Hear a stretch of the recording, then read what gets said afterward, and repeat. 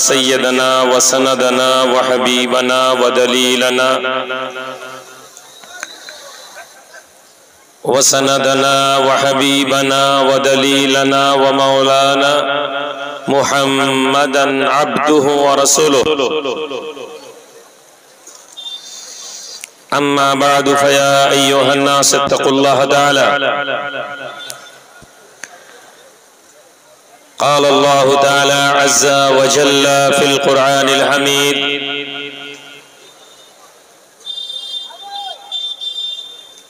कज़ालिक नज्ज़िल मुहसिनीन व क़ाल अल्लाहु तआला अज़्ज़ा व जल्ला फ़िल क़ुरआनिल हकीम वमन अज़लमु मिम्मन इफ्तरा अलल्लाहि कज़िब व हुवा युदआ इलल इस्लाम व क़ाल अल्लाहु तआला इन्नल्लाह व मलाइकतहु युसल्लूना अलन नबी या अय्युहल्लज़ीना आमनू सल्लू अलैहि व सल्लिमू तस्लीमा अल्लाहुम्मा सल्लि अला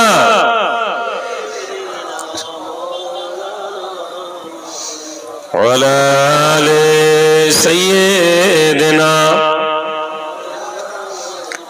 अल्लाहुम्मा सल्लि अला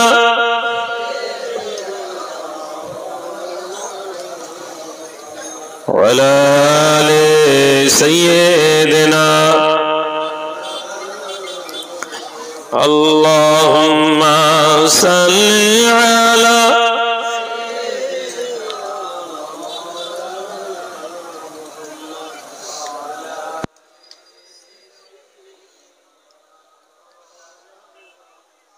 अल्लाहुम्मा सल्लि अला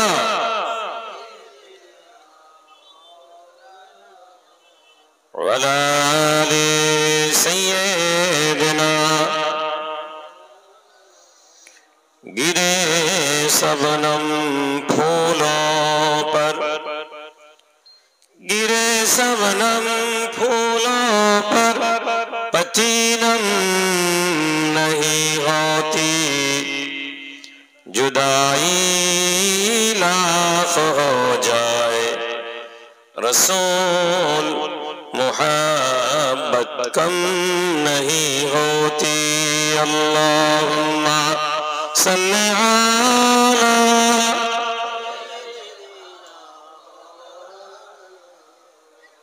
वअला आलि सय्यिदिना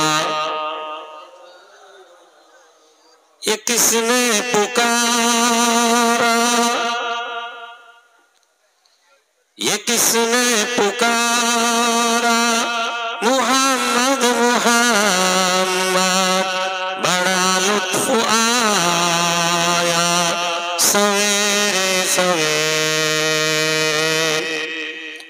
खुदा की कसम उनको मौजूद पाया जो सर को झुकाया सवेरे सवेरे अल्लाहुम्मा सल्लि अला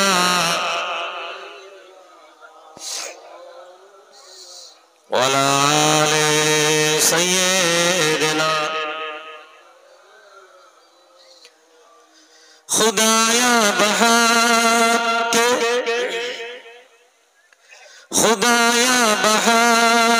के बनी फातिमा के बरकौले ईमान कुनम खातमा अगर दावतम रद कुनी वर कबूल मनो दस्तो दामने आले रसूल अल्लाहुम्मा सल्लि अला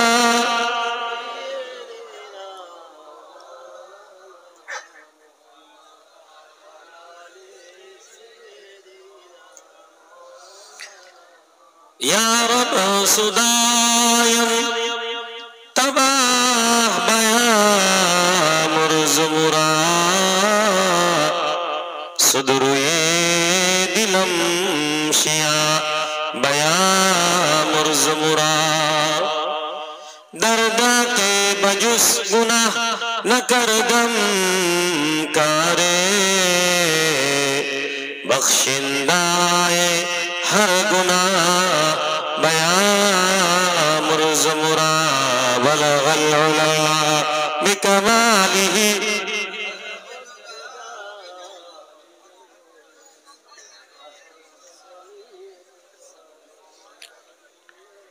अल्लाहुम्मा सल्लि व सल्लिम दाइमन अबदन अला हबीबिका खैरि खल्क रब्बि इश्रह ली सदरी व यस्सिर ली अमरी वहलुल उक़दतम मिन लिसानी यफ़क़हू क़ौली रब्बि ज़िदनी इल्मा अल्लाहुम्मा सिर व ला तुअसिर। सम्मानित दिनदार ईमानदार ग्रामवासी भाइरा, आशेपाशे থেকে আগত মেহমানেরা, এতদ অঞ্চলের শেষ এই সময়ের শেষ জলসা সম্ভবত শুনলাম। সুতরাং আল্লাহ পাক আমাদেরকে তৌফিক দিলে আবার হয়তো আমরা জলসা শুনতে পাবো, আবার তার ইচ্ছা না থাকলে আমরা হয়তো আমাদের জীবনের এটাই শেষ জলসা হতে পারে। সুতরাং যতক্ষণ বসবো আল্লাহ পাকের দরবারে এই নিয়ত নিয়ে বসি, একজন তালিবে ইলমের হাইসিয়ত নিয়ে বসবো, অ্যাজ এ স্টুডেন্ট। আল্লাহ নবী বলেন, যে ব্যক্তি দ্বীনের ইলম শিখতে শিখতে মারা যায়, ওই ব্যক্তির মৃত্যুর পরে আল্লাহ তাকে জান্নাতি বলে ঘোষণা করে। সুতরাং প্রতিটি ইসলামিক জলসার মজলিসে তালিবে ইলমের হাইসিয়ত নিয়ে বসুন, নিয়ত নিয়ে বসুন যে এই মজলিসে বসে দ্বীন শেখার উদ্দেশ্য বসবো, জলসা শোনার উদ্দেশ্য নয়, মজলিসে বসে কিসসা কাহিনী শোনার উদ্দেশ্য নয়, বরং উদ্দেশ্য হবে আলেম ওলামাদের মুখ থেকে আল্লাহ এবং তার রাসূলের কথা যা শুনবো সেই কথা অনুযায়ী নিজেদের জীবন পরিবর্তন করার চেষ্টা করব।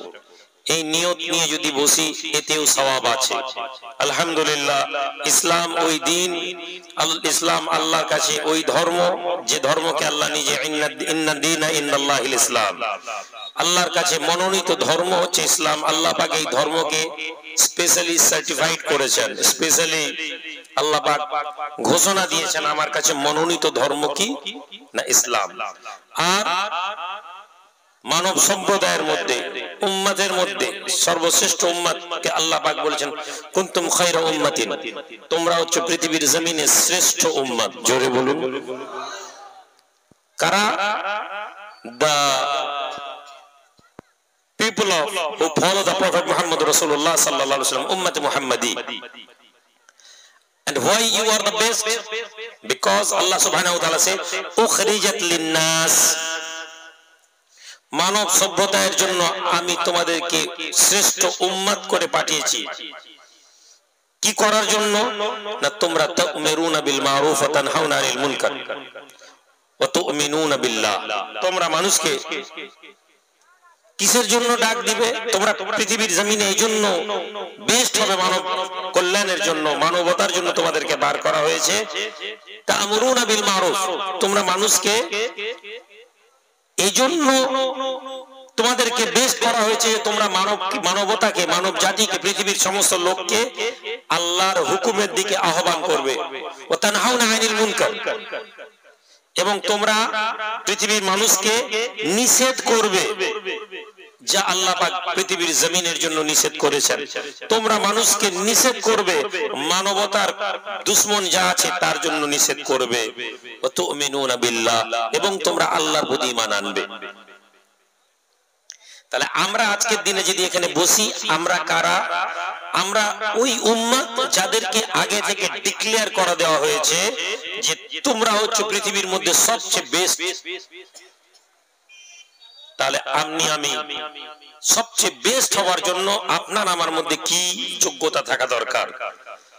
সবচেয়ে বেস্ট হওয়ার জন্য যা যোগ্যতা দরকার, আপনাকে জানতে হবে যে আপনার জীবনে কি আপনি এই কথাগুলো আপনার মধ্যে আছে। পজিটিভিটি, আল্লাহর হুকুমগুলোকে মান্যতা দেওয়া, নেগেটিভিটি, আল্লাহর নিষেধগুলোকে ত্যাগ করা, এই মেন্টালিটি কি আছে? যদি এই মেন্টালিটি থাকে তাহলে আপনি নিশ্চিত জানুন আপনার এই মজলিস আপনার জন্য কামিয়াবির মজলিস। আমি প্রায় যুব সম্প্রদায়ের উদ্দেশ্যে বলি, হে যুবকেরা, জলসা শোনার জন্য তোমরা বসো, জলসা তোমরা শোনো। দিনের পর দিন, বছরের পর বছর জলসা শুনে আসছি আমরা। End of the day the result is zero. End of the day, আমাদের সমাজ থেকে জলসা শোনার পরে যুব সম্প্রদায় জলসা দ্বারা প্রভাবিত হয় না। বিগত 10 বছরে যত বড় পীর সাহেব, যত বড় আলেম সাহেব, যত বড় হুজুর সাহেব, যত বড় সাহেবকে দিয়ে আপনি দোয়া করান, পীরজাদাকে দিয়ে ওয়াজ করান, আপনি দেখুন জলসা আপনার জিন্দগিতে খুব বেশি প্রভাব কাটতে পারেনি। আপনি দেখুন আপনার গ্রামে পরিসংখ্যান চালিয়ে জলসা শুনে নামাজি হয়ে গেছে এরকম লোকের সংখ্যা নগণ্য। একটা গ্রামে বিগত 5 বছরে জলসা শুনে নামাজি হয়েছে এরকম দৃষ্টান্ত জানা থাকলে আমাকে বলবেন। হ্যাঁ, আমি রুহুল আমিন আলাদা করে নামাজের দাওয়াত দিয়েছি, নামাজের ওয়াদা করিয়েছি, অন্য কথা। হুজুরের জলসা শুনেছে আর নিজের বিবেকের মধ্যে তাড়না এসে গেছে যে সত্যি তো আমাকে নামাজ পড়তে হবে। আপনি দেখবেন এইরকম সংখ্যা নগণ্য, নেই বললেই চলে। কিসের জন্য? কেননা আপনারা এখানে জলসা শুনতে এসে বসেছি। যতক্ষণ শোনার মানসিকতা নিয়ে আমরা বসবো ততক্ষণ আমাদের জীবন পরিবর্তন হওয়ার সম্ভাবনা কম। আর যখনই আমরা শিখতে বসবো, আপনি আপনার স্কুলে ছেলেকে পাঠান, বিকজ আপনার মেন্টালিটির মধ্যে থাকে আপনি চান যে আপনার ছেলে এডুকেটেড হোক, আপনি চান আপনার ছেলে শিখুক, জ্ঞান আহরণ করুক, জ্ঞান উপার্জন করুক। যেমন মুহাম্মদ রাসূলুল্লাহ সাল্লাল্লাহু আলাইহি ওয়াসাল্লাম রাসূল আরবি বলেন, তালাবুল ইলমি ফরিদাতুন আলা কুল্লি মুসলিমিন ওয়া মুসলিমা। The seeking of knowledge, it is a mandatory for every Muslim, men and women. Knowing of Islam is not mandatory.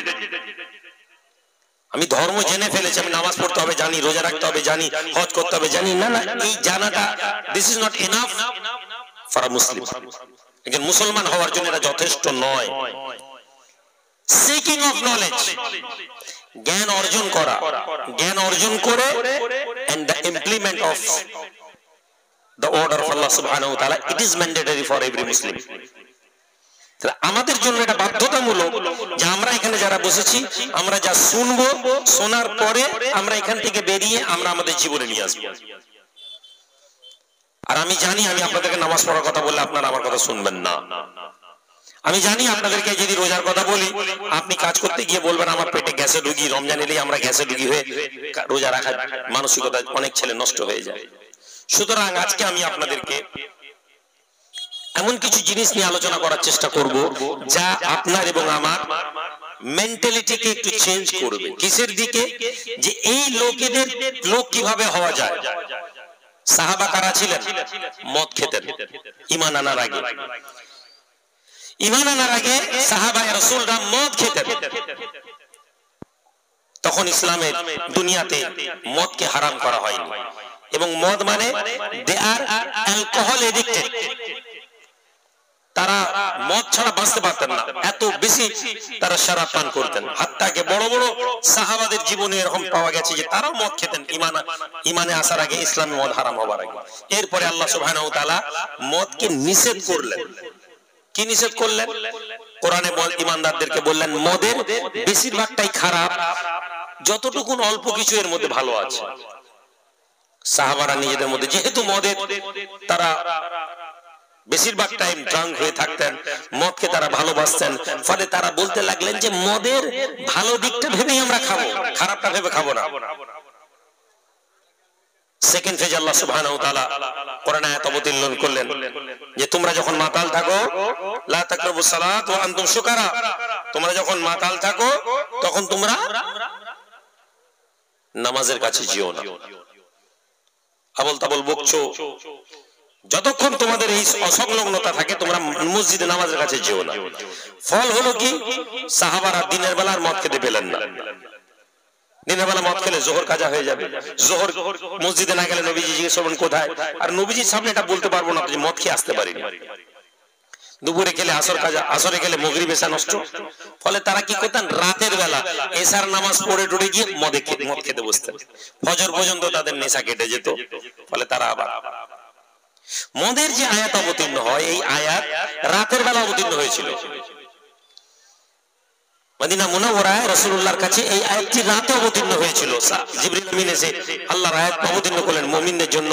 মদ, জুয়া, তীরন্দাজি, পাখির এদিক ওদিক, পুরো আয়াতের মধ্যে আল্লাহ নিষেধ করলেন কয়েকটি হুকুম। লটারি, আল্লাহ নবী সাহাবাদেরকে বললেন, যাও গিয়ে মদিনায় মানুষদেরকে জানিয়ে দাও আল্লাহ মদকে হারাম করে দিয়েছে। আল্লাহ নবী রাসূল আরবীর অর্ডার নিয়ে ডাকিয়া বেরিয়ে যান, মদিনার গলিতে আওয়াজ দেন, হে মদিনার মানুষেরা, হে মদিনার লোকেরা। রাসূলুল্লাহ সাহাবাদের উদ্দেশ্যে ডাকিয়া আওয়াজ দেয়, আজ থেকে তোমাদের উপরে মদ হারাম করে দেওয়া হয়েছে। তালহা রাদিয়াল্লাহু তাআলা আনহু সাহাবায়ে রাসূল, রাসূলুল্লাহর মুহাব্বতের সাহাবীদের মধ্যে একজন সাহাবী হযরত তালহা। বাড়ির ভিতরে আল্লাহ নবী সাহাবী তালহার বাড়িতে মদের আসর জমা হয়েছে। অন্যান্য সাহাবারা মদ খান, কারো হাতে মদের গ্লাস, কারো কাছে মদ ঢালা হচ্ছে।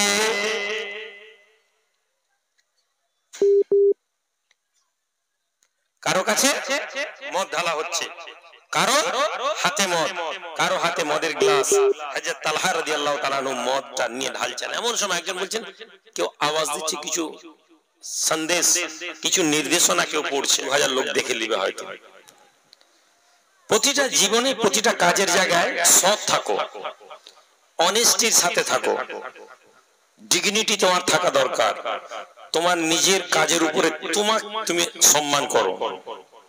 আমার কাজ, আমি যে কাজ করি, আমি কাজের করার পরে আমি যখন বাড়িতে যাই, আমি আত্মতুষ্টি না হোক, কিন্তু আমি ভয় ভীতিতে ঘুমাই না। আমি এরকম মনে করি না যা সারাদিন যা করলাম, মানুষকে ভুল বললাম, মিথ্যা বললাম, বোকা বানানো, এটা থাকে না আমার, আলহামদুলিল্লাহ।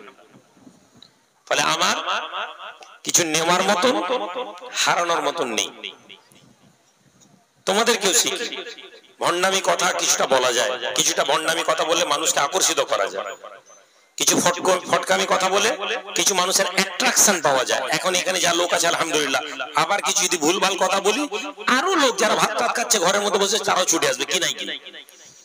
কিন্তু দিনের শেষে এটা আমাকে মানুষের চোখ থেকে নামিয়ে দিবে।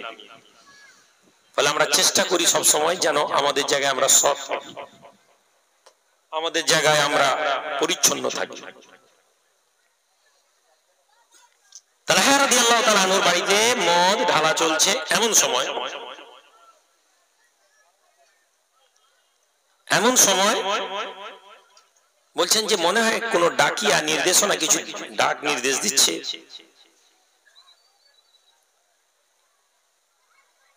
তখন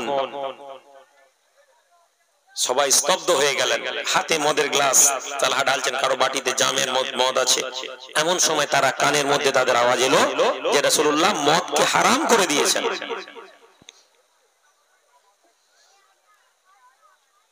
কি হবে? আমি বারবার ছেলেদেরকে বলি যে কোন আমল তাদেরকে এই কাজ করতে শিখিয়েছিল। আমাদের ছেলে হুজুরকে আনতে যাবে রানীহাটিতে, হাটপাড়ায়, প্রতাপপুরে, সিগারেট খায়। দূরে যদি হুজুরের গাড়ি দেখে নেয়, ওই ছেলেটা ওই সিগারেটটা ফেলে দেওয়াটা প্রয়োজন মনে করে না। বলে তোরা যা তকবির দে, আমি আসছি বলে আগে 3-4 টানে ওই সিগারেটটা শেষ করে ফেলে দিয়ে, না রে তকবির আল্লাহু আকবার, ভাইজান জিন্দাবাদ, হুজুর জিন্দাবাদ। কি ভাই ভুল বলছি? এটা আমাদের সমাজ ব্যবস্থা।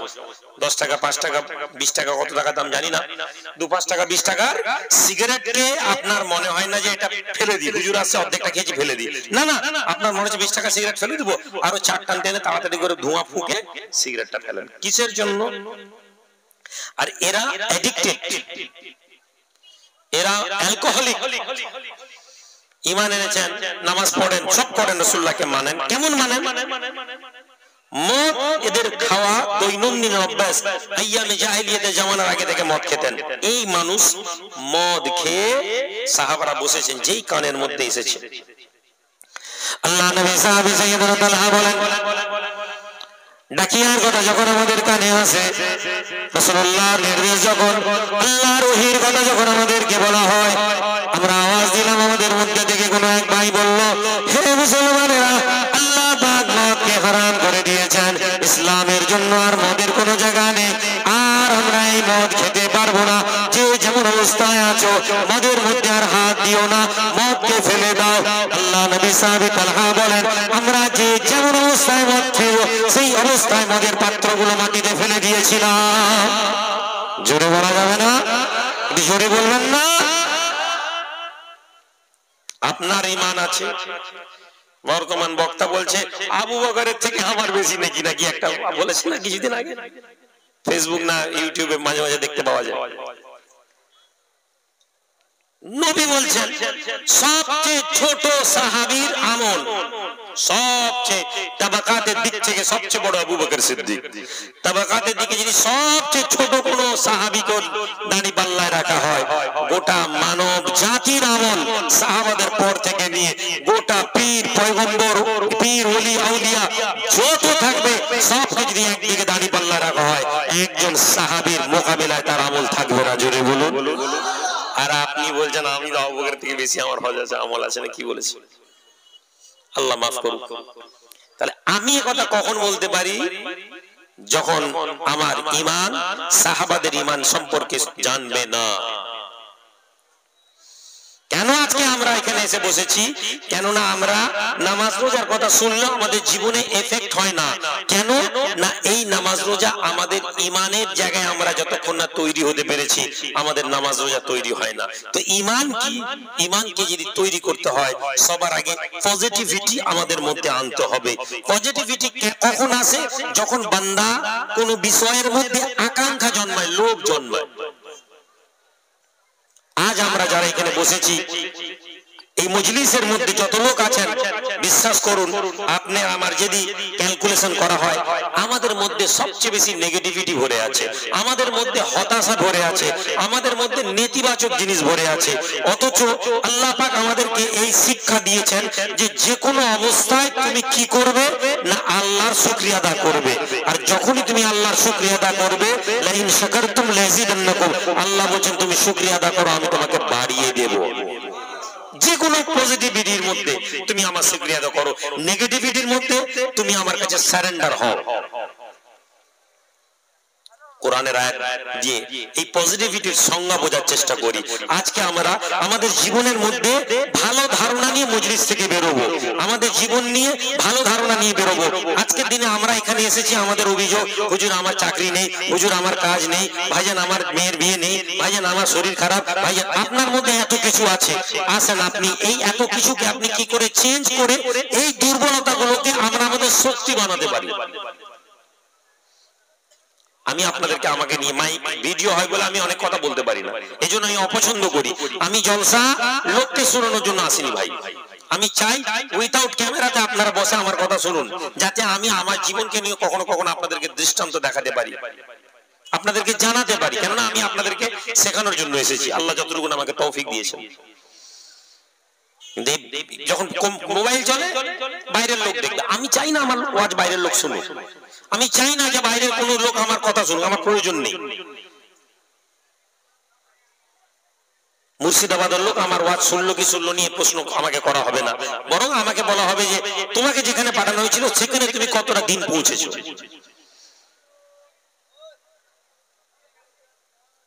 পজিটিভিটিকে ইসলাম কতটা গুরুত্বপূর্ণ দিয়েছে, পজিটিভিটিকে ইসলাম কিভাবে আহমিয়ত দিয়েছে কোরআনুল কারীমে দেখুন।